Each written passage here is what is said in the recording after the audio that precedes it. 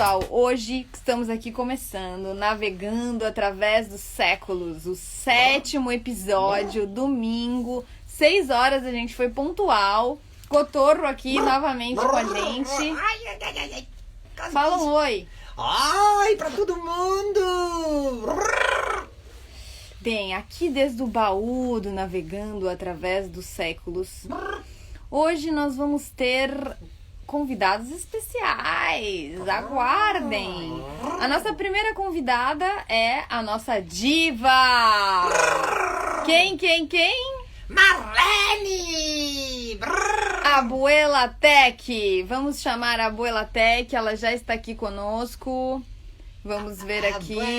Abuela Tech, que tem Zoom, a gente já instalou para ela o Zoom na quarentena, instalamos o Instagram, ela já tinha, Facebook ela já tinha.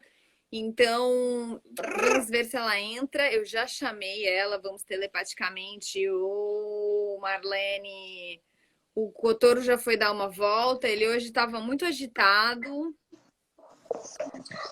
Oi, abuela!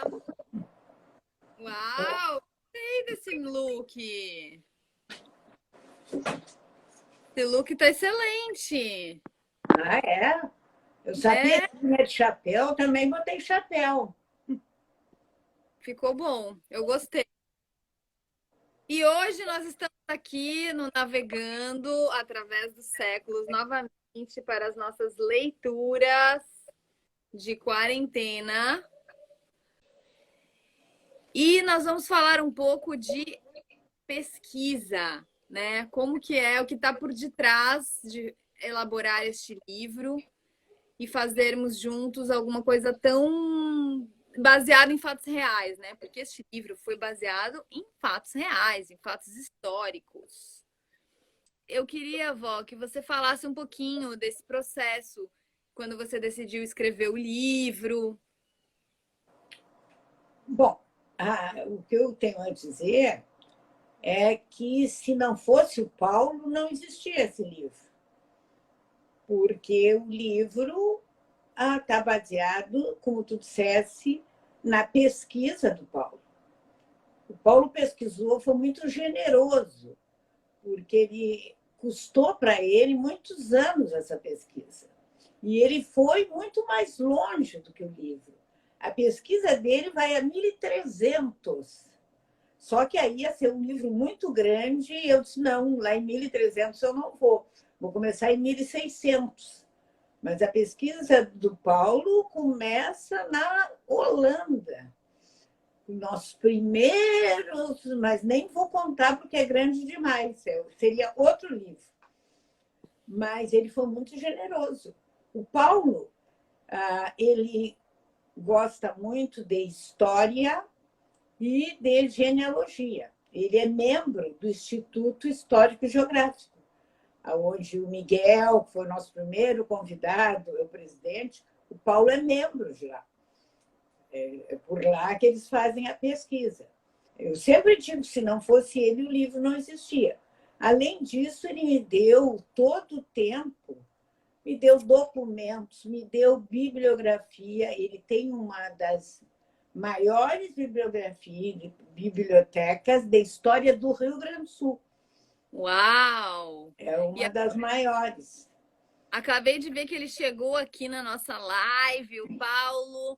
E fala Então, pro vó que ele tenha te indicado que tem ajudado muito você na pesquisa. era isso que eu estou dizendo. Ele me ajudou demais. Não só foi generoso em ter me dado a pesquisa, não é? Como fez uma assessoria, não digo, foi semanal até.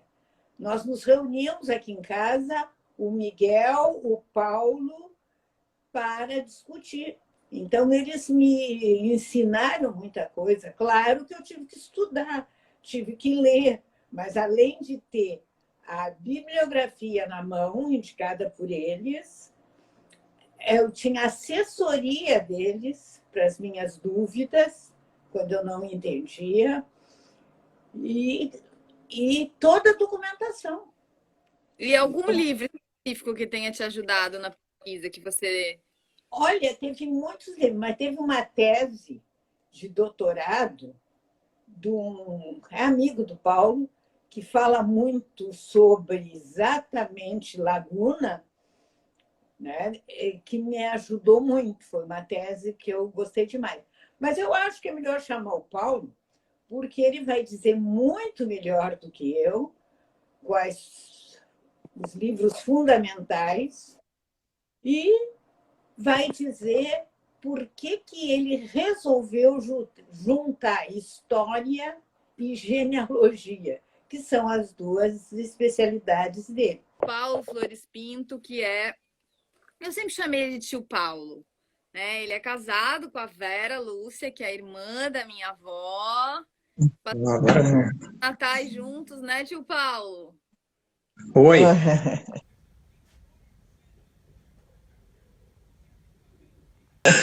Oi, Flor.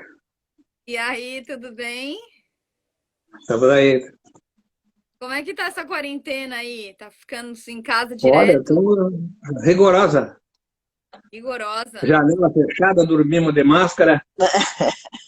Uau, ninguém tá querendo... Não entra, não sai ninguém. Oi. Tio Paulo, eu tô aqui com o livro Navegando através dos Séculos, para quem ainda não conhece. Esse foi um livro, né, que escreveu a avó em 2018. E ele começa com essa árvore genealógica aqui, que tem uma data de 1600 aqui, ó, 1630, nascimento do Domingos de Brito Peixoto. E tem uma grande árvore genealógica aqui. Isso tudo foi pesquisa sua, né? Sim. Eu queria saber como é que entrou essa história de misturar história com genealogia na sua vida, tio Paulo? Bom, história e genealogia, elas andam juntas. A genealogia sozinha não tem graça. É uma coleção de nomes ela tem que estar vinculada à história. Tu tem que estar achando as pessoas no tempo, enfim, o que está ocorrendo quando as pessoas estão vivendo. Então não dá para desvincular. E como que você encontra essas pessoas? Tipo, 1630? Olha, existem arquivos, hoje tem muita facilidade para pesquisar. Tem arquivos, tem vários sites, uns pagos, outros gratuitos. Com a internet existem instrumentos fáceis de buscar informações. Mas você buscou tudo na internet? Porque eu sei que você também foi Não, viajar. quando eu comecei a pesquisar, não existia internet. Eu trabalho em cima disso aí há mais de 30 anos. Então, a maioria das informações que eu tenho, eu também não tenho muita habilidade para internet, então, mas foi em arquivos e troca com outros historiadores e genealogistas. Mas eu quero saber uma coisa, antes de internet, como é que você fazia então? Conta pra gente. Olha, pesquisando em arquivo, do arquivo público, do arquivo histórico, no arquivo do Instituto Histórico e Geográfico, enfim, tem vários locais para pesquisar. E você teve alguma viagem que você fez que você foi lá pesquisar? Olha, lá na Europa? eu e a Vera fizemos várias viagens para os Açores. A gente fez umas 5 viagens, se não me engano, em busca de contato com os historiadores e genealogistas açorianos. A gente fez muito contato, troca muita informação. Então,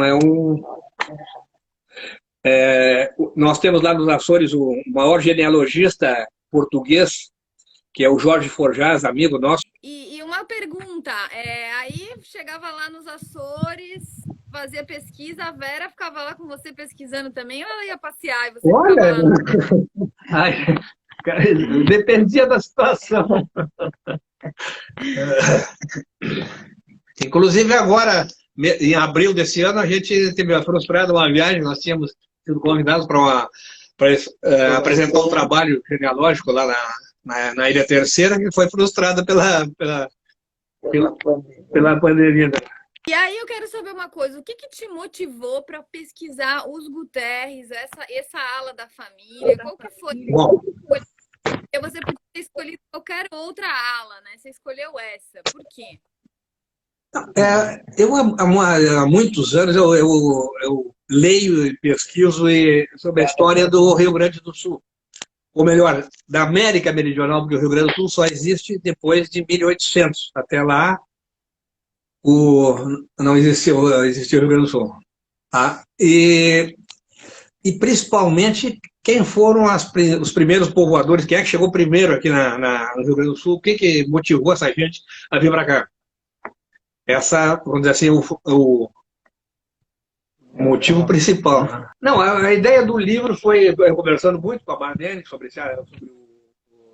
a família em si, e a Marlene queria escrever um livro sobre a família.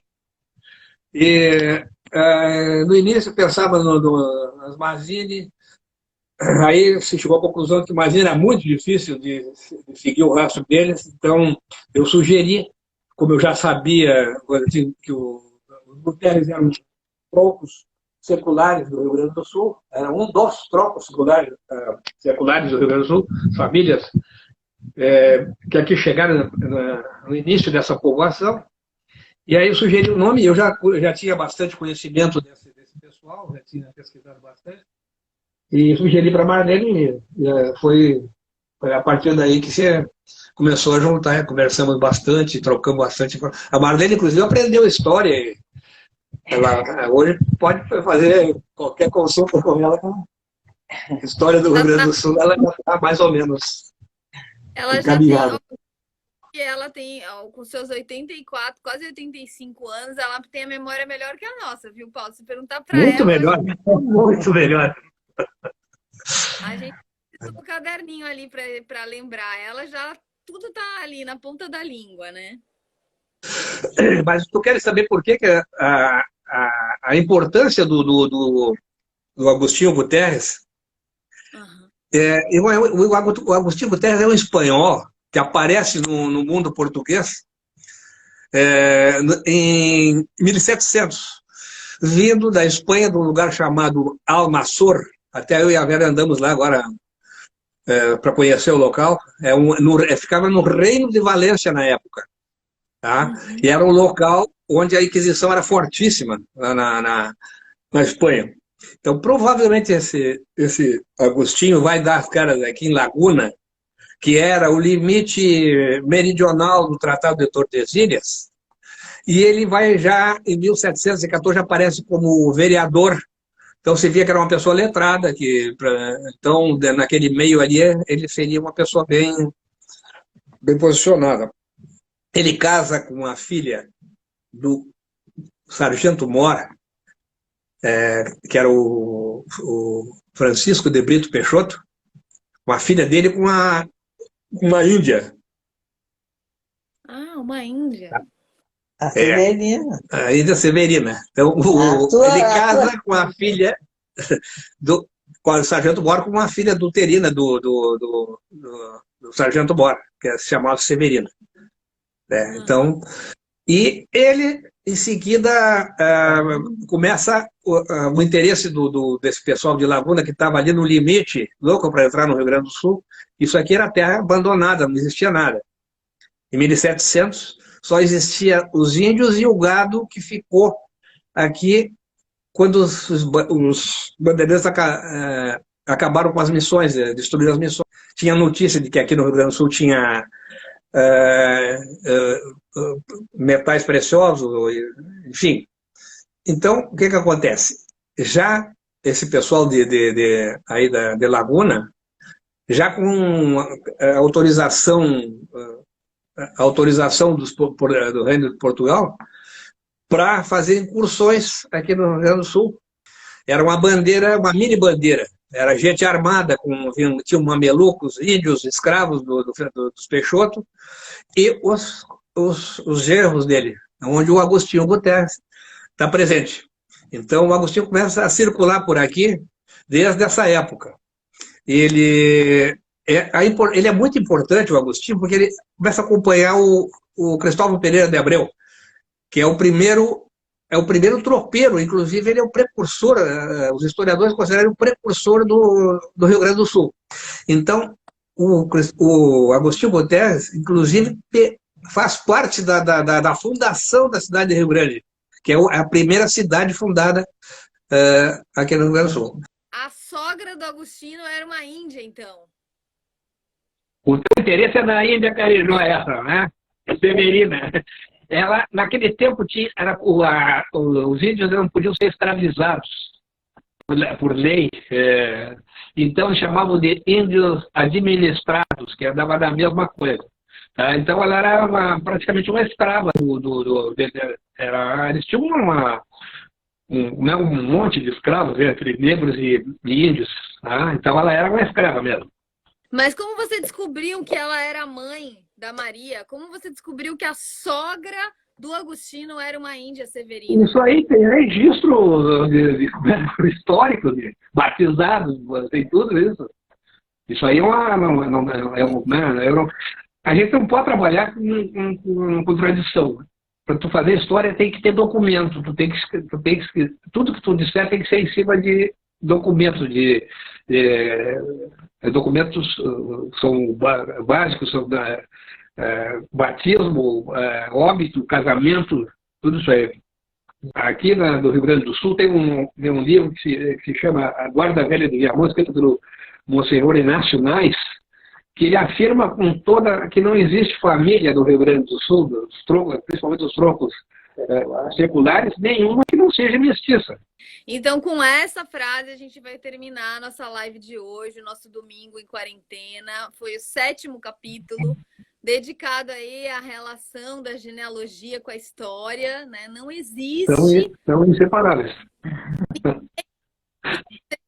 Isso em todas essas cruzas que tivemos entre intergeracionais, né, entre índios, negros, portugueses, italianos. Essa aí é a história do nosso Brasil.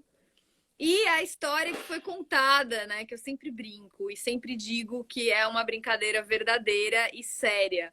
A história foi escrita pelos vencedores. A gente conhece a parte dos que venceram, né, dos que chegaram, dos que colonizaram. Mais ou menos isso. A outra parte ficou para uma questão nossa de relação com as nossas intuições, com as nossas fantasias, com a parte ficcional. Então, o livro tem várias partes relacionadas com ficção. E na última página do livro, eu criei uma nova linha aqui, árvore genealógica nossa. Uma nova genealogia. E aí nós fizemos uma outra árvore genealógica fictícia, ficcional, baseada nos descendentes da indígena Índia Severina, que não temos documentação histórica sobre ela, a não ser a certidão de nascimento da Maria, onde consta que a mãe dela era uma índia. O resto tudo foi ficção. Tivemos essa oportunidade de investigar aí as nossas origens em outras esferas que não documentos históricos, Paulo. Todos estamos juntos, misturados. Queria agradecer muito. Tchau. Até domingo que vem.